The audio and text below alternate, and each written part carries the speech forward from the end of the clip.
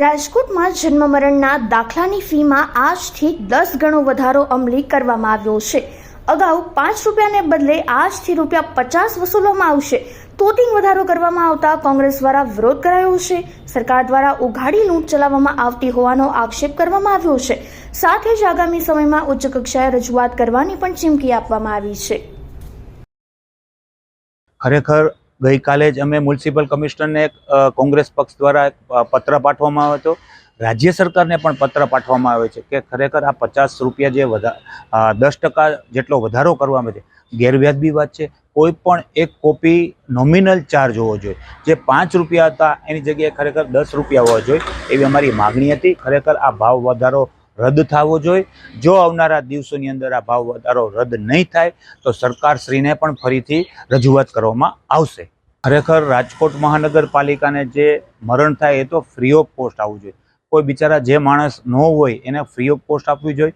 જે જન્મ થાય છે એમાંય પણ ફ્રી આપવું જોઈએ। ખરેખર આ તો સરકારને ચારે બાજુ ઉઘાડી લૂંટ છે, સરકારને પૈસાની ભૂખ છે એટલે આ વધારો કરવામાં આવ્યો છે। આવનારા દિવસોની અંદર જો ભાવ વધારો રદ કરવામાં નહીં આવે તો પાછો ફરીથી સરકારશ્રીને રજૂઆત કરવામાં આવશે। ગુજરાત રાજ્યના જન્મ અને મરણના નિયમો 2004 એનું એમેન્ડમેન્ટ એટલે એમાં ફેરબદલ કરવામાં આવેલો છે ગત ફેબ્રુઆરી 2025માં। આ અનુસાર રાજ્ય સરકાર દ્વારા જે લેટ ફી છે એ લેટ ફીમાં વધારો કરેલ છે।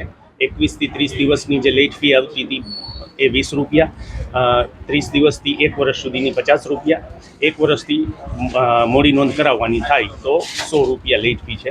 સાથે સાથે પ્રમાણપત્ર જે 5 રૂપિયાનું હતું એ 50 રૂપિયા અને અમુક જોગવાઈઓ મુજબ દંડનીય કાર્યવાહી કરવાની થાય છે।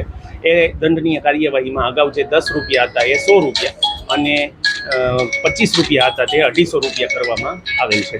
ખાસ કરીને ફી વધારો કરવામાં આવે એની સાથે સુવિધામાં કંઈ વધારો થશે સર? લાઈનો ઓછી થશે? લાઈનો ઓછી કરવા માટેના પ્રયત્નો રાજકોટ મહાનગરપાલિકા કરે છે। હાલ એના માટેના કાર્ય ચાલુ છે।